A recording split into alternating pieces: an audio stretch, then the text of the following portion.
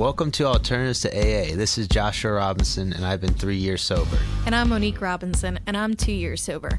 And we're here on a mission to help make the difficult journey of sobriety even easier to manage. Nobody in my world ever thought that I'd actually manage to be sober. So now we're taking what we've learned in the last decade to be able to help you too. And we're not against AA. We just need to learn how to manage the other 23 hours of the day. From communication to relationships to self-care, we're going to show you how to cope when your triggers try to take you down. Join us every Monday at 6 p.m. to uncover not only how to live without alcohol, but to thrive in sobriety and to swap out your addiction for a better life with the help of Alternatives to AA. So let's go. Like I said, my sobriety date's October 8th. So it was funny because I met my current girlfriend now. She's pretty much my wife, but my current girlfriend now, she kind of went through it with me too. This is kind of getting into when I went into rehab. What happened was I was still partying, still drinking my head off, and it was October 7th, I want to say. I drank way too much the night before, October 6th going into the 7th. Yeah. I drank way too much. I think I seriously drank a whole handle by myself in a night. Oh, my God. All by myself, too. I wasn't even partying with anybody. I just drank it myself. Yeah, that's when you know you act. Well, that's when you should know you have a problem. When you're just drinking, there's nobody there. There's no party. Nobody there. It's just me, by yourself. NBA basketball or whatever sport was on, and just slugging drinks back. And I'm like, at this point, I was just in a bad place, man. Mentally, I was just not okay. And so I felt bad for Ashley too, because I knew I really wasn't in a good, crazy place, and she still stuck with me. Yeah, that's awesome. And thank God, because she's my everything, man. That's beautiful. She's everything for me, and it was nuts. I like I said, I drank way too much October 6th. I woke up October 7th, and I was profusively vomiting. I couldn't hold anything down. I was sick, man. I was hurting. Yeah. And it wasn't to the point where I've gone through before. I'm like, all right, I'm just going to puke this out for 2 hours. Yeah. No, I was nonstop. I couldn't hold down any water. I couldn't hold down anything. And I got so dehydrated. My body was so weak from puking up everything. I got so weak, and I called my mom because my dad was at work at the time, and I called my mom, and because this is when me and Ashley weren't we were serious, but not crazy serious at the time. And I kind of said to myself, I'm like, I gotta go to the hospital. I gotta get some sort of fluids in me. Yeah, like the IV. I have to get an IV just to stay hydrated. So my mom actually came and she picked me up, and I was getting in her car with a bucket, throwing up in her car the whole way to the hospital.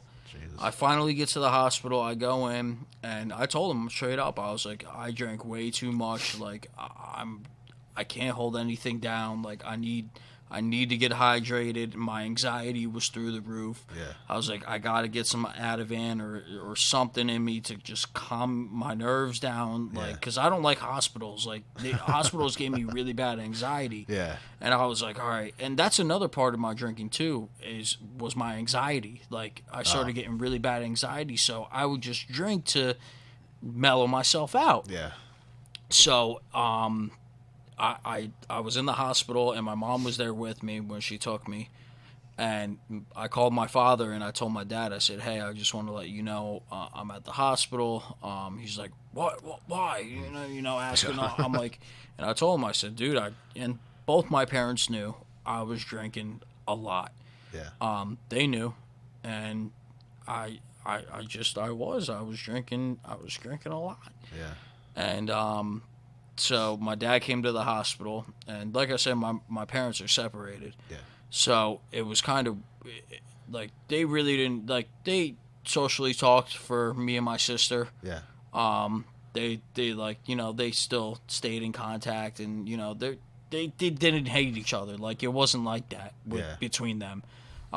So my mom and dad were at the hospital, and I was laying on the bed with an IV in me, and they're looking at me, and like they're just like shaking their heads, man. Like, and I'm just looking at myself, and I'm like, what did I put myself into? Yeah. And I looked at the both of them, and like they're crying. Like, both of them are literally crying, looking at me. And I'm just like, oh, jeez, what did I do? Like, and that at that point, I realized that I hit rock bottom, man. Yeah. Like, I just hit it. Like, I hit it hard. And I just said, oh, my God. Like, I really just hit rock bottom. And to me, that was my rock bottom. A lot of other people had different rock bottoms. Yeah, it doesn't matter. It doesn't matter. When you know, you know. And I looked at my mother and my father, and I said, I need to go get help. Yeah. And they said, are you seriously? And I said, I need to go to rehab. I have to. I gotta go. And for me to say that, it took a lot out of me, man. Like, it was just so hard to even swallow it. Like, just be like, yeah, I gotta go to rehab. I gotta go get help. Yeah. Like, I'm not in a good place.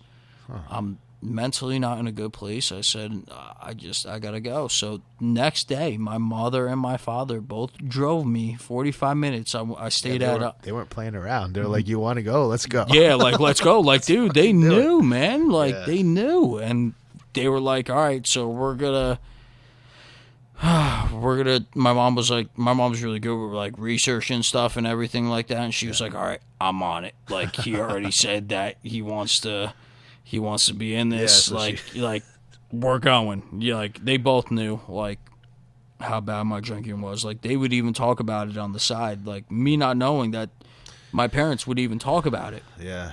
And my sister, like, was affected by it because she was home. She wasn't in college at the time. She was affected by my drinking every single night, passed out on the couch, whatever. So I went to Sunrise House in Lafayette, New Jersey. Okay. And I got there October 8th, like I said, and that's when I had gotten there early in the morning. And right as I first got there, I had to, like, pack a bag, I had to bring clothes, and I didn't know how rehab was, you know? Like, all I knew was I'm going here to get help. But I get there, and they're doing all blood tests, so they can send it out to the lab and see what's going on with, like, my liver levels. Oh, really? The whole nine. And it's crazy to think, like, being in rehab was like, why am I here? Like, I kept thinking, I'm like, I know why I'm here, but why am I here? You know what I'm saying? You felt like kind of like in a dream almost, like, what's going on? Is this real? Yeah, exactly. And so the first week of rehab was like, you do a detox, and that was. We did a detox, and they had you on an Ativan taper because alcohol withdrawal is one of the worst withdrawals that you could go through. You could die from alcohol withdrawal. Yeah, it's crazy. And they had us on an Ativan taper to keep us from, like, seizing, whatever. So I did a week of that, and then you were locked in this specific floor. Like, it was literally just like a floor, like one floor. There was like 4 floors, okay, and you were just on one floor, and you could not leave that floor. You had your own bedroom, you had a TV in there, and then you, like, specific hours, like, we would be doing, like, a counselor would come up and do a meeting with you on that floor. You can't leave that floor, though. Like, breakfast, lunch, and dinner all at exact times. Like, they would bring up the food to us, like. It was like rehab was just. It was. I was not prepared for this at all. It sounds like a little bit like prison, but like a really nice prison. Yes, really nice prison. But after the detox, they sent you down to like Gen Pop, like general community area. So you're not cooped up anymore because you're finally, you got, you know, pretty much everything that was out of your system. They probably do that for like safety reasons, because you know when you're going through that, you can be a little bit like pissy, right? And dude. like, you know, it's like keep me away from people. For I was flipping out on a lot of people too, and that's the thing. Like, there was a lot of vets there too, a lot of like ex-military, and just like all ages. Yeah, like I had a 65-year-old in there with me on detox. Wow. I had like 22-year-old, I had an 18-year-old. Like it fluctuates between all different ages. Yeah, it affects everyone. Everybody, for sure.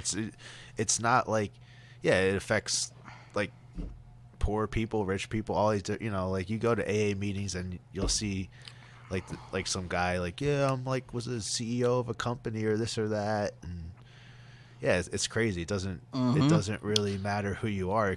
Alcoholism can get anybody for sure. Anybody, and that's so like rehab was just, you kind of went down to Gen Pop, and what had happened is like the daily routine is you do 8 meetings a day.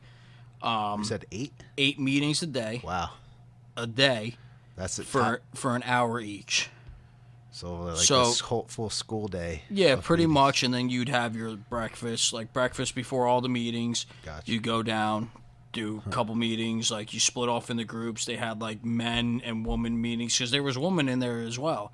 There was a woman wing, and then there was the men wing. Oh, for the each floor? For general population.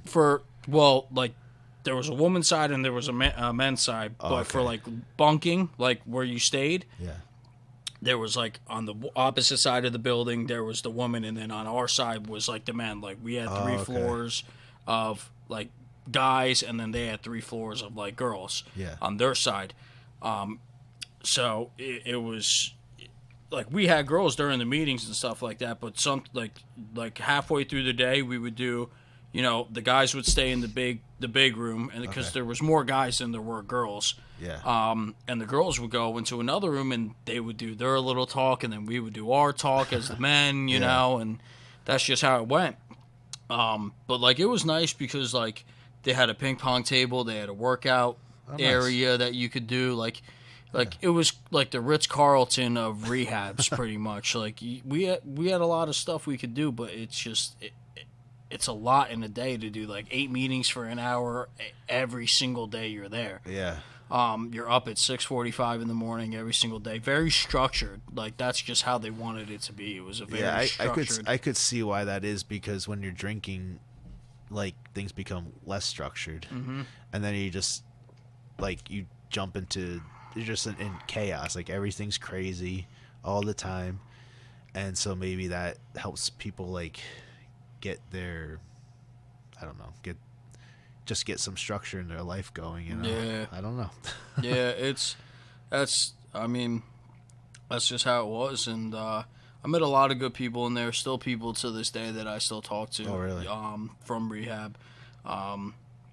They're good people, man. I mean, we did it together. Like, we got out of there together. But I said to myself, like, in that rehab, I'm like, I never, ever want to be back here. Like, because there was just so, like, I'm not going to go into it all the way.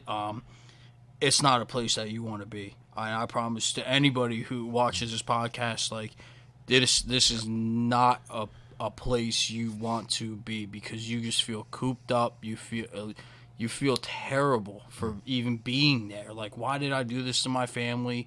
You start thinking, like, man, I got so many apologies, like amends necessarily, that I got to go make to all the people that I hurt during my drinking. Yeah. Like, it seems like so overwhelming. Dude, yeah, it's really overwhelming, and it's something that it really takes over your life. I was not, like I said, I wasn't in a good place, and then I finally got the help that I needed. Nice. And when I got out of rehab, I went out to some AA meetings. I started like doing some AA meetings right as I got out. Yeah. I started doing some AA meetings, and I was like, I was like, like, hey, I'm AJ. I'm an alcoholic. Like, doing all that. Like, I'm like, it wasn't me. Yeah. Like, I liked going there. I liked seeing people. I gotten a sponsor, and I still have my sponsor till this day. Yeah. No, that's good. But I don't need the meetings. Yeah. Like, they don't do it for you. They just don't do it. Yeah. And you know, like when you're on that roll and you're like, all right, I'm sober. Like, me and Ashley started getting really serious together. Yeah. You know, I cut off a lot of friends in my life who all they did was just drink with me, and they didn't respect my decision That's super smart. of me wanting to stop. Yeah. Like, no one, like, a lot of my friends didn't respect my decision other than my best friend. Yeah. And I just said, all right, you know what? So be it. Like, I'm done. Like, yeah, because you just realized you never go back to that lifestyle. No, it's gonna fucking kill you. That's what Is that how you thought? Yeah. And I knew it was gonna kill me because my liver levels were in the 400s. Oh, what's normal? Normal's like 80, 60. Oh wow. And 400s, and once you start getting into the 500 area, that's when you actually have cirrhosis of the liver. Oh. So I I didn't get yellow or anything like that, but I was like, I could feel my liver hurting. It was on the way to. It was. They said probably 5 more years. So 5 more years would have been like 29, almost 30. I'd probably start losing my liver. Oh wow. Yeah. I didn't want that to happen, man. Like, I didn't want to be dead. No, for sure. Age. You know, I'm 25 now, so like I definitely didn't want to be gone at such a young age. Yeah. But as I was saying, getting into, you know, after rehab, I started doing the AA meetings. You know, they were nice. It was good meeting people around the community who I knew like kind of had the same problem. You know, like we're all alcoholics. Like, you know, we all know what we did. But it just wasn't giving me all that. Like, don't get me wrong, it was cool, like, going there and meeting people, you know, meeting my sponsor and everything like that. But it wasn't, like, the top of it, you know. I started getting back into work. I started working a lot more. Yeah. I started, you know, focusing other things, like other ways to cope with stress, anxiety. Yeah. I just started using a lot of other methods kind of to, you know, what I got into was guns. I started getting into like hunting. I started getting into all these different kinds of things, you know, like working on my car, doing side projects, you know, going out with my girlfriend and, you know, having a nice dinner together, or just anything to keep me busy was really what I used to keep me off the path. Yeah. And like my life just started kind of growing, like just becoming better, like being a better person, like in general, like wow, like I feel good. Yeah. Like I feel so good. Yeah. Why? I don't need a drink anymore. Exactly. A drink? I feel good naturally. Yeah. Right? Like, dude, and then like it's like baby steps, man. Yeah. Like, because I really stopped going to AA meetings, but it was like baby steps. And like when I got out of rehab, that's right when like Thanksgiving was right around the corner. Oh yeah, that's the biggest drinking dude day of the year. Oh right? my Everyone gosh! drinks And like I said, since I was 13 years old, I've been going to Thanksgiving and drinking sangria every year with my family. So this is the first year and since I was 13. That I did not drink on Thanksgiving. Do you feel weird? Oh, dude! All my cousins are getting drunk, and it felt weird, but I didn't have an urge. I did not have an urge to drink. Yeah. And that was the most incredible thing, man. Like That's awesome. Going through that first holiday, especially Thanksgiving, which is my favorite holiday. Oh yeah. Like I didn't drink. Like this is like huge accomplishment. Yeah. So then Christmas came around, you know, you do like mimosas in the morning, whatever. I didn't do that. Like I was fine on Christmas. And then New Year's came. And I always partied on New Year's. Yeah. Who didn't? You know, I always partied on New Year's. So what I did is I just stayed home and relaxed with Ashley. That's awesome. Me and her just kick back, and she's not a big drinker. Yeah. She doesn't drink really. Like, very, very, very rarely she will actually have a drink. Gotcha. But she respects me as well, that I don't drink anymore. But I told her, I said, listen, you're not the one who has the problem. I said, I'm the one who has the problem. Yeah. I said, you can drink and you're fine. Like, you're okay. Like, that's how much she doesn't drink, though. Like, she doesn't really drink at all. Yeah. But she always felt bad, like, are you sure? Are you sure? And then that's what, like, all my friends, like, would say. Like, you know, like, my buddy, like, my best friend would come over for, like, football Sundays or something like that. Yeah.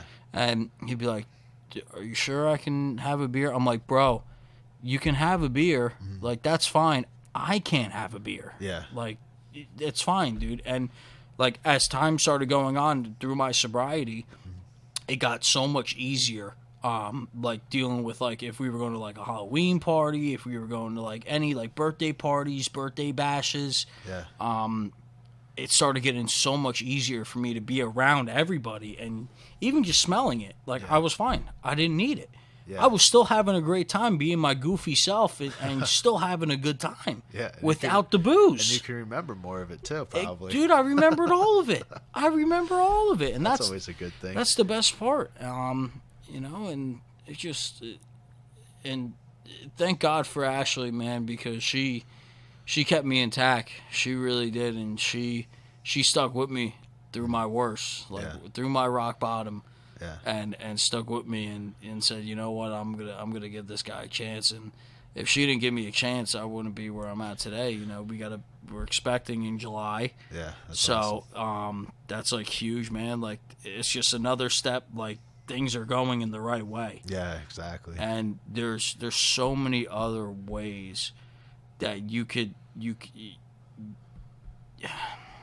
I don't know how to like get that feeling. Yeah. Get that excitement.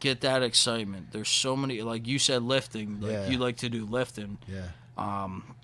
There's just there's so many other ways, and like once you hit that rock bottom, for me, once I hit that rock bottom, and I started really realizing, like, wow, I can. There's so many other different opportunities. I started going back to work. Everything just started falling into place. Like, I wasn't calling out of work. Yeah. I was waking up early, going to work, coming home, making dinner for me and Ashley. Like, I was doing what I should have been doing in the first place. Yeah. But without the booze this time. Yeah, no, that's awesome. And that's the best part is, you know, like, I was fortunate enough to not get into as much trouble as I probably could have gotten into. Yeah, I thought you're like, thank God you didn't drive. Like, because then there'd have been a lot more issues. I think if I drove, it would have been really bad. Yeah. I'm glad I didn't. Yeah.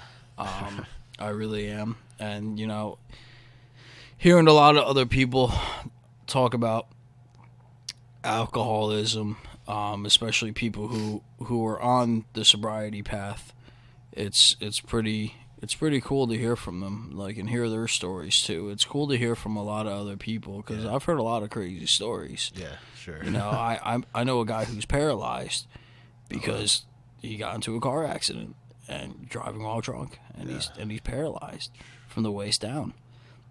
And I imagine like just that takes you away, man. Like, I don't know if I would want to still be living, honestly, if something like that happened.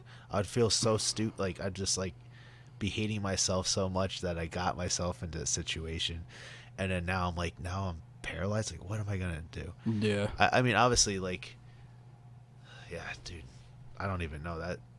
That sucks. Yeah, that sucks. It's I felt so bad for the guy, but like also like. He says you can't dwell on the past. You just got to look at the future now. You know. True. He said it is.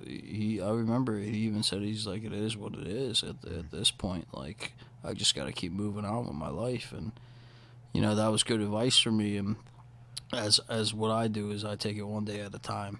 Yeah. You know, and sometimes you got to take it 1 second. It gets down to minutes and seconds with that kind of stuff, man. Especially being who we are.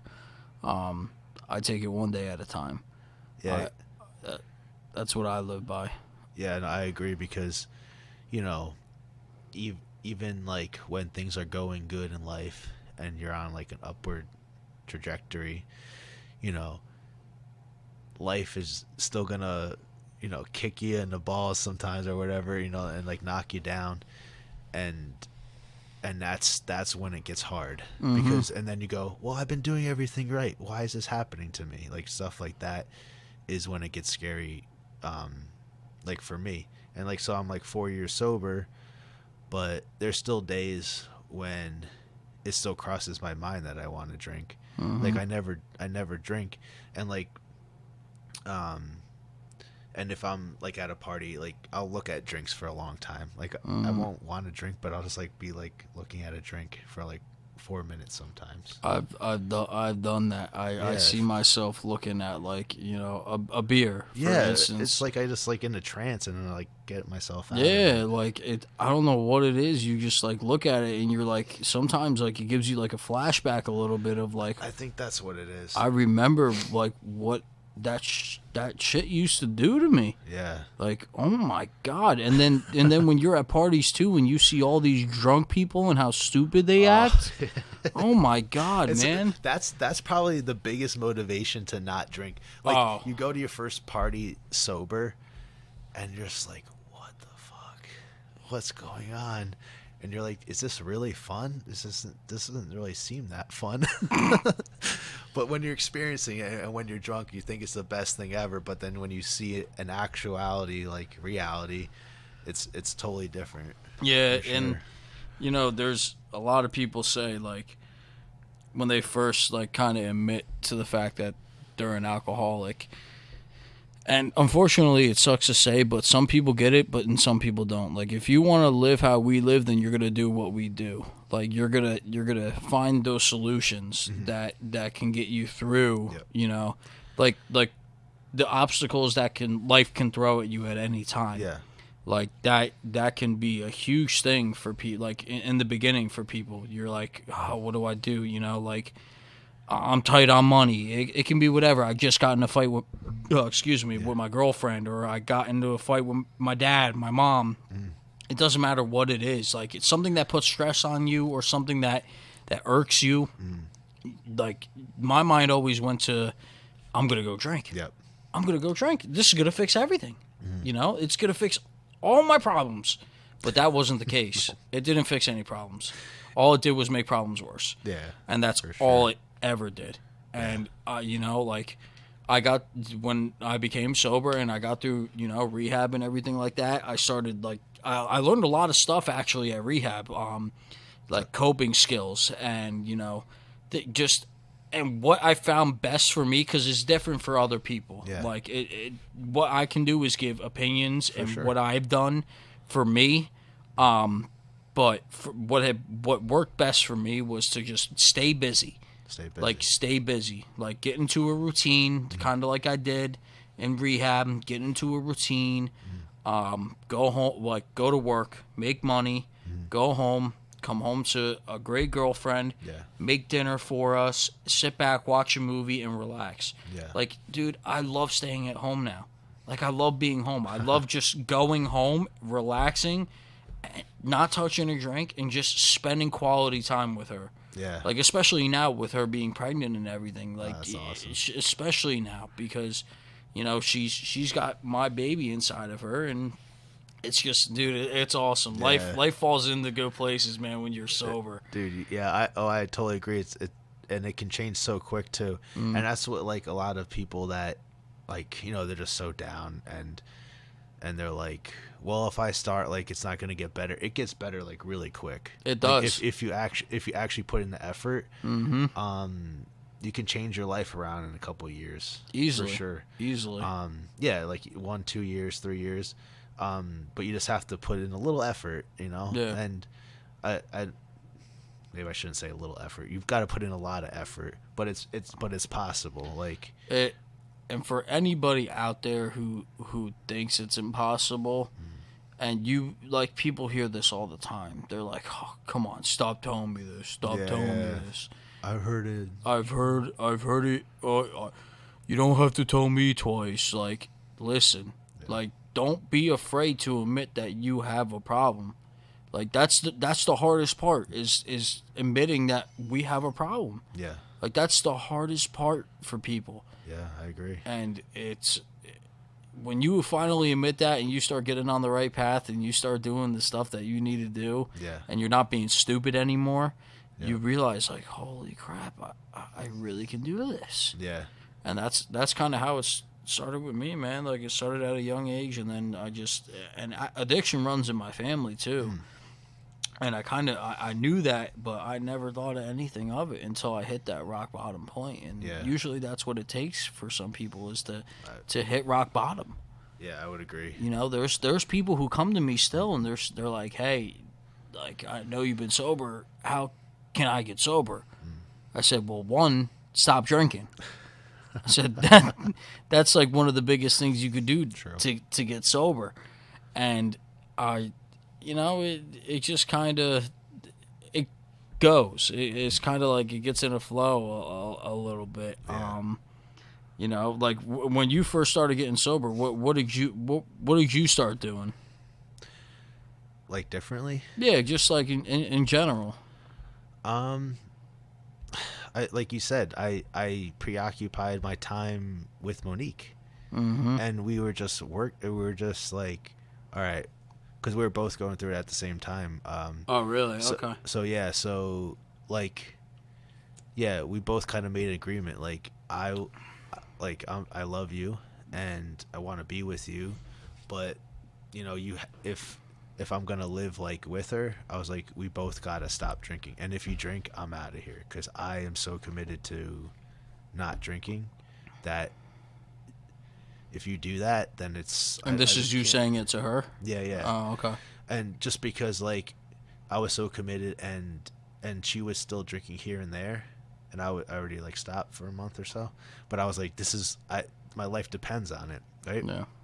And it was just occupying my mind with just good things instead of the bad, right?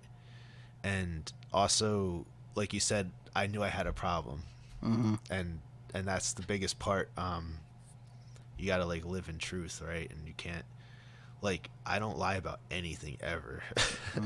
Because no, for real, it's like if I do it just it makes it easier for me to lie, and then lie to myself about things, and then next at least in my mind, I think next thing to happen would be like maybe getting back into drinking, because I would tell myself, it's okay, you haven't drank in 4 years, like have one right now. But it's interesting for sure. And that's not the case, you know. Like, you'll think in your head sometimes, like, oh, I could easily have this drink right now. That's what happened last time. I was sober for 4 years. So it's kind of weird because I'm coming up to that 4-year mark again. Yeah. So it's kind of like I've been thinking about drinking more recently. Well, it's because it's on your mind from what happened the last time. Yeah, exactly. You know? Like, and I was 4 years sober. Everything was fine. The girl that I was going on a date with, she wanted to go do a wine tasting thing. Oh. I said no. I said, like, no big deal. I convinced myself that I would only have like a couple sips and pretend that I didn't have a problem. Well, you know, what ended up happening is I took a lot of, you know, probably like a whole bottle worth of wine through like tasting, you know. And so that was not good. Nope. But it got that crazy right away. So within like a month, I was like drinking hardcore again after 4 years of not drinking at all. Holy crap. So, you know, that's another thing. You can be sober for like a long time and you make one mistake and you're right back where you started. Yeah. Like literally right back. It's not like you're starting over again. Yeah, unfortunately, I know a couple people who had 12, 13 years. Oh, I know a guy who had like 40 years. Oh my God. And someone passed away. And next thing you know, he got back on. You know what? Like, if Monique ever passed away before I did, I could definitely see that being a huge struggle. It is. Because she was also the person that helped support me through it all. It's true, but and you know, like, it's hard to even think about that kind of stuff. Oh yeah, I think about every possibility though. Yeah, well, that's who we are. We think about every single possibility. Yeah. You know, we look at every single possibility and aspect of everything. Yeah. And you know, I will say I'm very blessed to be sober. You know, I do have a year and 3 months in, but It's awesome. I just gotta keep going, man. Like that's all it is. I got a lot coming up. I got, you know, both of our wives are pregnant. Yep. You know, we got a lot of stuff coming up. Good stuff. You know, I'm you know, back to working. Ashley has a great job. You know, we both do well for ourselves, and awesome. you know, it's only good things to come forward now. It's only good things. Yeah. And like I said, it's us being alcoholics is never going to change. No. It's never, ever going to change. We will always have this mentality. It's not something that goes away after 2-3 years. Yeah. It's always going to be with you. Yeah. Like, it's always going to be with you. So it's kind of like a second job, a little bit. Like, if you think about it, it's a little like a second job.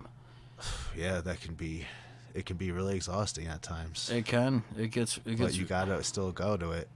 Second job. You still got to go to your second job, because if you didn't have the second job, where would we?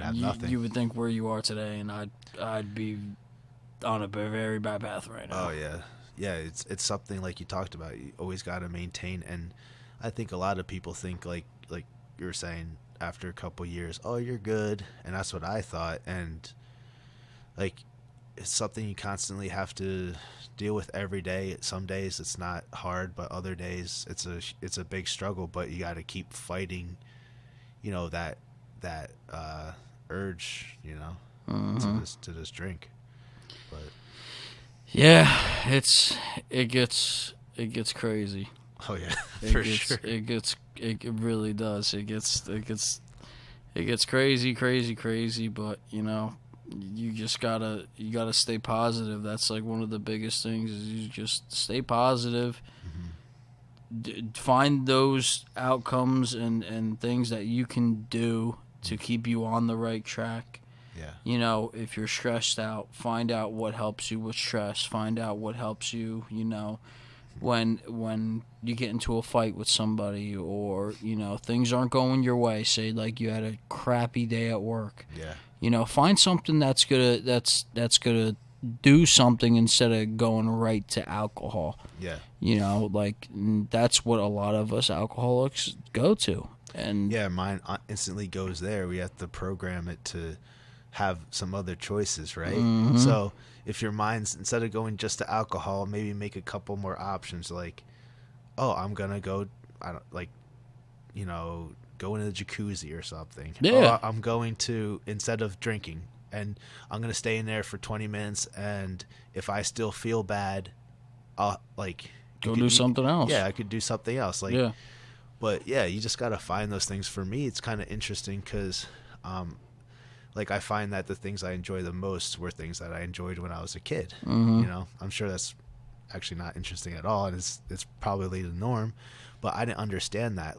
So my dad was so into nature and stuff, and an organic farm stand. It's called that's cool though, man. That's something that you like to do, and yeah. So all that stuff, so I love nature. So I just started going for walks on a nature trail nearby, and I've been feeling so much better. Just because you don't drink anymore does not mean every day you're like, oh my god, I feel so great all the time, right?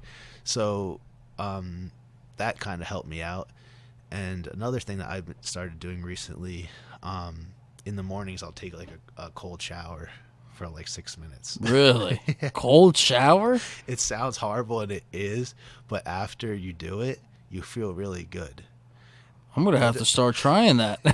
Cold shower. Yeah, because I know a lot of people are doing the cold bath now. You know, yeah, I've been hearing. Yeah.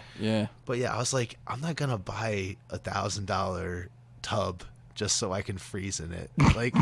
I have a shower, so I'll just do that, and it's pay for water probably anyway. Yeah. So. Oh yeah, for sure. But yeah, it's 50 degrees. I and so that's kind of cold. That's cold enough. Yeah. But yeah, so all these different things, and then I'll go to the gym too, and honestly, for the first time in my life, I actually feel like relaxed, which is not normal for me. So it's kind of funny because at the gym, I haven't been having as much rage. You kind of talked about the anger thing, which I think is really common in a lot of alcoholics, and a lot of times they don't know where it's coming from. And I didn't know until recently. Like, I was 3.5 years sober, and then I found out why.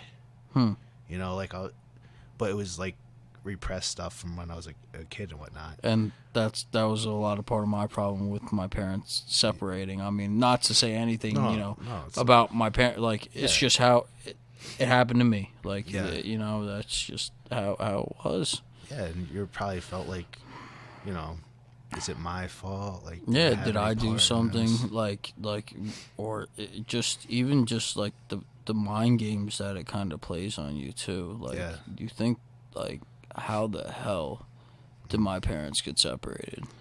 Like, and then you're like, you start thinking so many other different things in your head, like, how did this happen?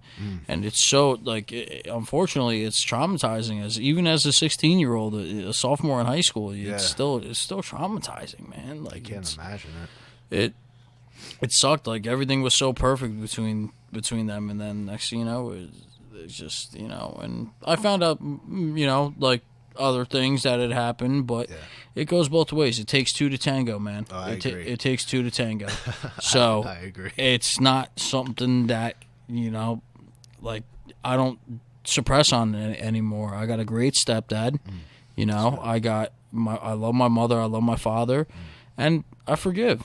I forgive, and that's a big part of, being an alcoholic too. Is I had to make my amends, and hopefully people forgave me of some of the stupid shit I would do when I was drunk. Yeah. Like, I would do some stupid stuff, man. Stuff where I don't even remember doing. Yeah. Like, and I tried to make those amends to as many people as I could.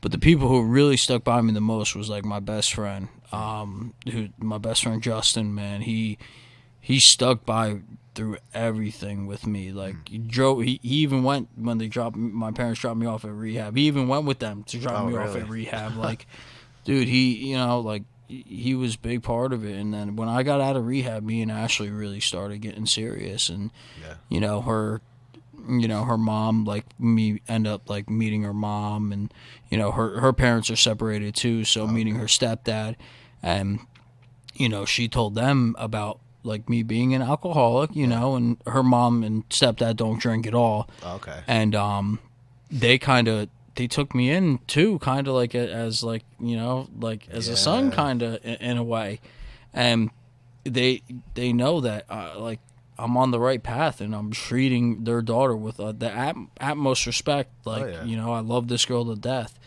And that's another good thing, is to have, like, to have that bond between them, and, like, know that, like, I got something here to live for. Like, it's important, especially with the baby coming now. Like, I'm excited. Like, it's something we weren't planning, but it happened, and it is what it is, man. It's a blessing in disguise in a kind of way. Like, I'm excited to be a father. Yeah, like, and honestly, like, once that happens for you, you're talking about the bonds.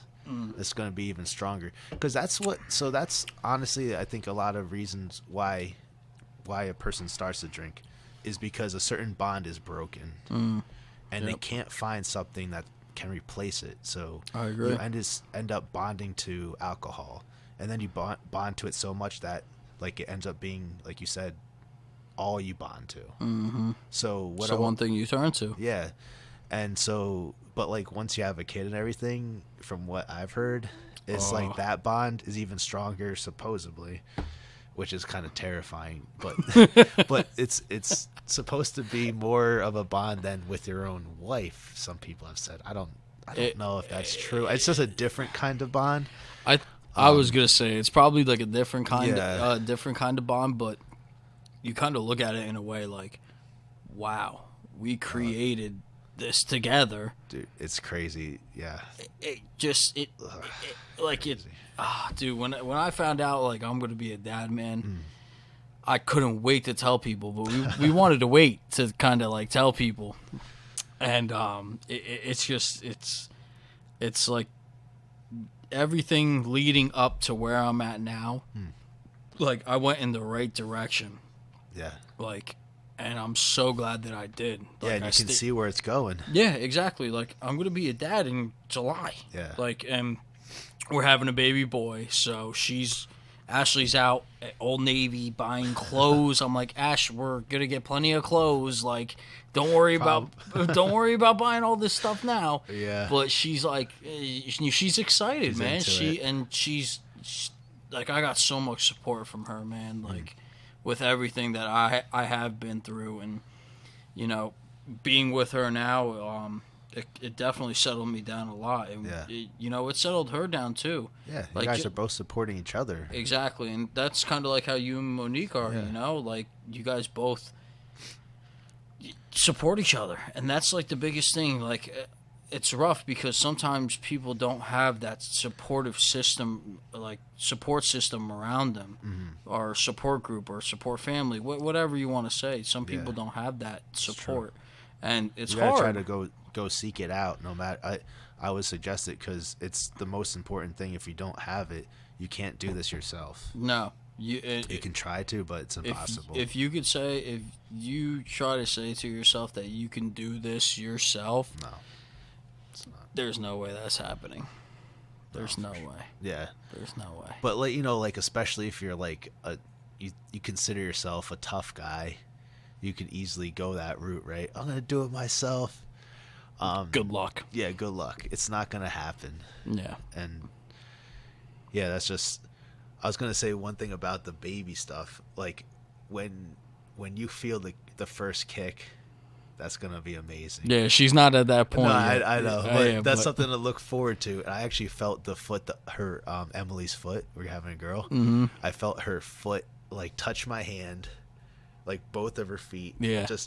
And I was just like, did you get emotional? Yeah, I was started tearing up, but laughing, tearing. And I was like, yeah, I get emotional every time I actually, like, just even talk about her. It's crazy. She's not even here yet. Dude, it's awesome for sure. It's life changing, bro. Yeah. And you know, like I said, we're having a baby boy. Oh yeah. That's so awesome. me and her, like, at first, like, she was like, "Oh, what do you want?" I was like, "It doesn't matter to me as long as my baby comes out healthy. That's all that matters to me." But low key, she knew I wanted to have a boy. Oh yeah, low key, she knew.